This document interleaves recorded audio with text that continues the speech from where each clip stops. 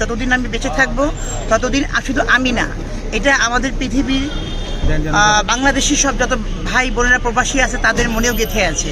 কারণ দেশনেত্রী বেগম খালেদা জিয়াকে উনি নির্দিষ্ট স্পটে, আমাদের মিটিং ছিল নয়াপল্টনে পার্টি অফিসের সামনে, উনি যাবেন, উনি বক্তব্য দিবেন এবং আমরাও সেখানে যাব।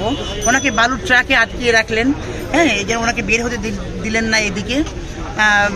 এবং সব ওইদিকে হাইকোর্টে আমি সেই ইমাম খান আমাকে যেভাবে হাইকোর্টে এই ফ্যাসিবাদী সরকার, আওয়ামী সরকার আমাকে যেভাবে আমার উপরে বিট করেছিল এবং আমাকে যে মেরেছিল, তা সেটার ব্যথা বেদনা এখনও পায়ে আমার আছে এবং হাঁটতে সমস্যা হয় আমার।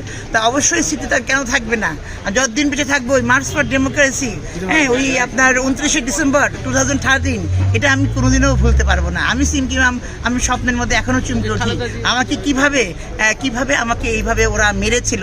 একটা কুকুরকে যেভাবে মারে 20-25 জন মানে একটা বাচ্চা ছেলেরা, যারা আমার বাচ্চার বয়সী ছেলেরা, তারা আমাকে মেরেছিল। তাই এই দিনটাকে আমি স্মরণ রাখবো না, অবশ্যই আমার ভিতরে গেঁথে আছে এই দিনটা। কিন্তু আমি না, আমার জনগণের দেশনেত্রী বেগম খালেদা জিয়াকে বালুর ট্রাকে আটকিয়ে রেখেছিল এখানে, সবাই এটাকে ভিতরে রেখেছে।